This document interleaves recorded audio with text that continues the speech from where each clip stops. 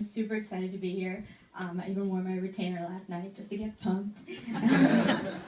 So I did get a haircut recently. And the cool thing about a bob is, depending on how you style it, you could either look like a small child or like a middle-aged congresswoman, both of which are like super in right now, so I'm not worried about it. I'm very excited because my parents are here for the first time. I am happy that the weather is warming up, because these people send me a lot of weather-related texts over the winter time. I think they think they're my only source of like weather news, so they're just bravely reporting from the front lines in Reston, Virginia. My mom will send me texts in all caps being like, thunderstorms approaching, blustering winds. I just respond with the letter K. She kind of lost her cred last October though when she sent me a text, all caps, that said polar vortex, and it was like 55 degrees. So yeah, it's kind of like an inaccurate alert system that I can never unsubscribe from. But you know, my parents are pretty hip. The other day, my dad, he was like, it's already laughing. He was like, I know what Tinder is. And I was like, oh, you do? He said, yes, Shivani, I read that it is very similar to the Uber app. And I was like, that's a good point, you know? Like, when I think Tinder, I first think GPS-based technology. I mean, that's not like a defining characteristic. I don't know what would be. I was practicing my routine today in the bathroom at work. It's never a good idea. I was practicing my part and your part, so there was some fake laughing going on. And that's when one of my coworkers walked in, and we know each other pretty well. And she spoke. I was like, hey, try to make it normal. But she said no words. But with her eyes, she kind of said, "We threw." That's a direct quote. But it's okay. She was getting a little friendly. Like, I feel like she was going to ask me to get lunch or something, so I would have pulled something like this soon enough. No one's got time for lunch. You know, my name is Shivani, as you heard, and I was doing just fine in this life until a certain brand of Greek yogurt came along and just stirred up some trouble for me. And now anytime I meet anybody in DC, they're always like, oh, Chobani, like the yogurt, like I love that stuff. And I'm always like, you're welcome, because I think you should always take credit for anything. But I wish I could say that, you know, like, yes, like when my parents immigrated to this country, they thought, hey, she's not going to be confused enough already. We should just name her after a Mediterranean dairy product. And she'll assimilate right in. And then they named my sisters Sabra and Coconut Water just to stay on theme. You know, DC is, I love DC, but it's kind of like a tough place to be sometimes. It's very like go-gettery, and you know, if you don't really know what you're doing, it can be tough. It's not really a place to soul search as much as it is to soul cycle. So, so sometimes I feel a little out of the loop. Don't know what's going on, but I can tell you that whoever that Ann Taylor is, she's a very popular gal around here. Kind of jealous of her, but you have a lot of type A people here, DC, that are like very high stress, high achieving, and then you have your type Bs. Some of them, just like a chiller crowd. I'm kind of a type C myself, which is high stress, no achievements. You know, it's like I don't do much, but I do feel worried about it. So, yeah, I don't really do anything at work all day sometimes. When I'm really focused on not doing anything, that's when I shut the door. You know, I'm always kind of like having a crummy day at work, and I get annoyed by how positive people are on their social media and Facebook and whatnot. So I propose kind of like an alternative line of sad websites to keep things a little more real. Like Buzzkill, which would feature a series of depressing lists to make your day worse. You know, like 10 cute animals that just went extinct. Living Antisocial should have deals on delivery and like special discounts if you go to the movies alone. Things like that. So I did see this comedian the other day, and he was from the UK, and he wasn't even that funny, but I just thought he was so funny because he had this great accent, and I wish I had like an accent. accent, like just a little bit. Not have to be like fully Brit, but just British. Sorry, that was me. So I just turned 25 recently. Okay. But I was kind of hoping that this Dora the Explorer thing I've got going on would have worn off by now. You didn't really have to laugh at that. But yeah, I am always told that I look way younger than I am. And not just like, oh, I got carded again younger, but like, I didn't get into the body scanner thing at the airport because you have to be over 12. And that was embarrassing, one. But also, I was like, why is there an age limit? You know, like, were they screening 3 seconds of a PG-13 movie in there? Whoa, mild sensuality! There are many drawbacks to looking this young all the time. However, I've forgotten them. Just give me a second. One of them is that I'll never be like a hot girl, with one exception. I will be smoking hot when I'm 60, so you should look me up then. You're going to be some wrinkly suckers. It'll be like a one-way looking up, but that's fine. And you can, you know, it's kind of like a well-known fact that you can, or theory, you can identify hot girls by their Halloween costumes, which are generally kind of like attractive type of things. This last year, I was Mr. Clean for Halloween, so that's kind of like self-explanatory, I guess. You can also identify hot girls by their hashtags. Hot girls are always hashtag blessed, by which I think they mean we're hashtag blessed to have them in our newsfeeds. Hot girls also love hashtag no filter. I know it's just like so vulnerable of them, but when they're wearing a ton of makeup, you're like, that kind of is a filter. So it's like the original filter. So,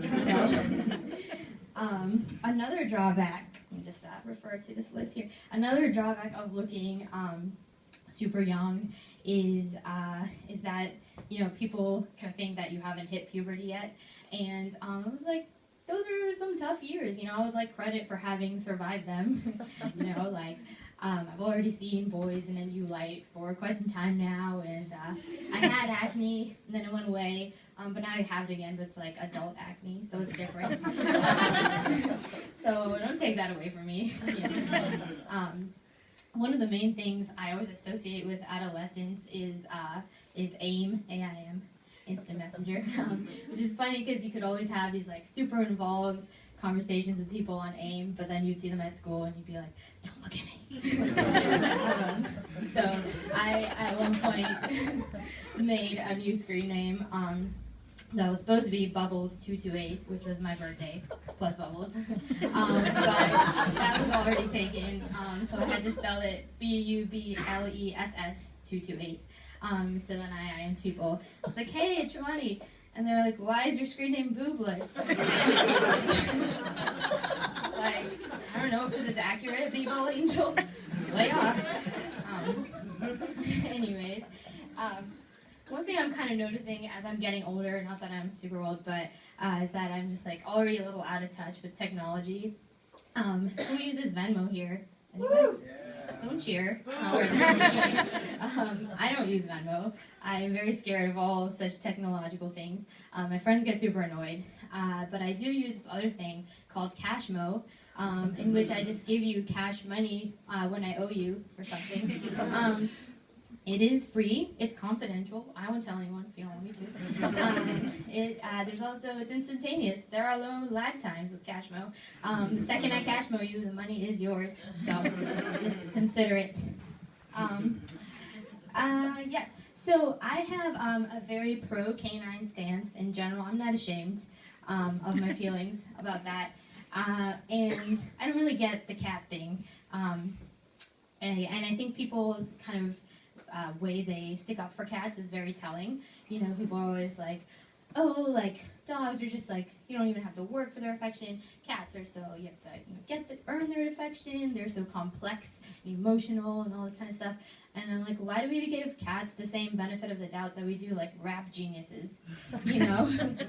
They're just mean, guys. There's no higher artistic purpose for it. I don't see any cats signed up to perform here today.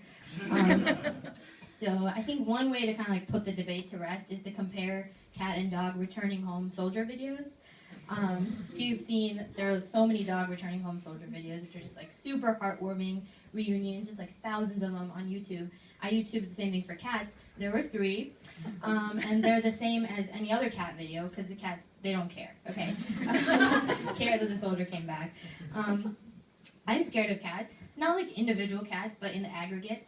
I think that they're up to something, and there's many reasons why I think this. I even have them memorized, it's so important to me.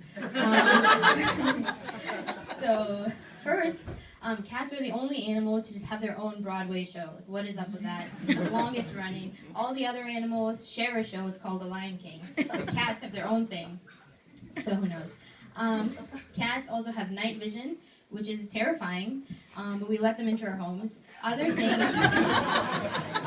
that have night vision we think are creepy, like bats, squids. I googled this today. Bats, squids, certain types of military equipment, but cats are very and finally, cats control the internet, and the internet controls us. And I'm not going to continue this. It's too scary. So stop right there. This was not as much of a joke as it was like a call to action. So, one thing that I've kind of like gotten better at in my 25 years is laundry. My parents know, historically not had a great track record with laundry. When I first got to college, I just didn't do it because I was like, why? But I ran out of underwear, and then I was like, okay, I see why some people might do this. So I took all my clothes down to the laundry room, and I put them all in the washer, took them out, put them all in the dryer. I was just like killing it in the laundry room. Then I come back an hour later and open the dryer and start taking out my clothes, and they're all kind of like wet and sticky. So I was like, I don't know what this is. I pulled out my towel. It used to be white, and it was like bright blue, like some kind of chemical cleaning solution maybe. Then I was just like taking stuff out. I saw the cap to my laundry detergent. I was like, fancy seeing this in here. This is awesome. And then at the bottom, I see my empty bottle of laundry detergent. And then, like, kind of started to realize what I had done. I had put my bottle of detergent without the cap on in the hamper and just thrown it in there with all my clothes and just, like, let it spin around for an hour. So the panic was beginning to set in because I just got to college and my mom had gotten me this. She's just such a good mom. Just this bottle of Woolite, extra concentrated, like 50 plus loads. And she was like, this will last you all through college. Wrong. It actually lasted me 1 load of laundry. So I was like, you know what? I'm not going to panic. I'm just going to split this into 2 sections and then put them in 2 washers and they'll just take care of itself. So it turns out that half of like a really horrible problem is still a very bad problem. So I came back and opened the washing machine and there's just suds like everywhere, just spilling all over the laundry room. At this point, one would call their friends, but I had no friends because I was a freshman. And so yeah, I made them by like 1 by the 4th year. So it's okay. But I was so I had to just kind of like deal with it myself. So I scooped up like suds in my hands and then went to the nearby boys' bathroom, just kind of like dumped it in the sink. And I ran into one dude there, and he was like, "What are you doing?" And I was like, "At college, am I right?" I was not right. This does not happen to anyone. So I found out later. So yeah, so then I had to spend like all night washing my clothes by hand. It took many hours, but I actually managed to save everything. In fact, this dress is new. I got it last week. So that's nothing to do with that. Yes, so does anyone think that maybe Beyonce has like a little bit of a self-esteem problem? Just hear me out. So, you know the song 7-Eleven, which I thought was called Smack, Smack, Smack It until, like, yesterday? That song. So, like, the whole last minute of the song, she's like, I'm fresher than you, and I'm fresher than you. And I'm like, girl, I know, you know? There's no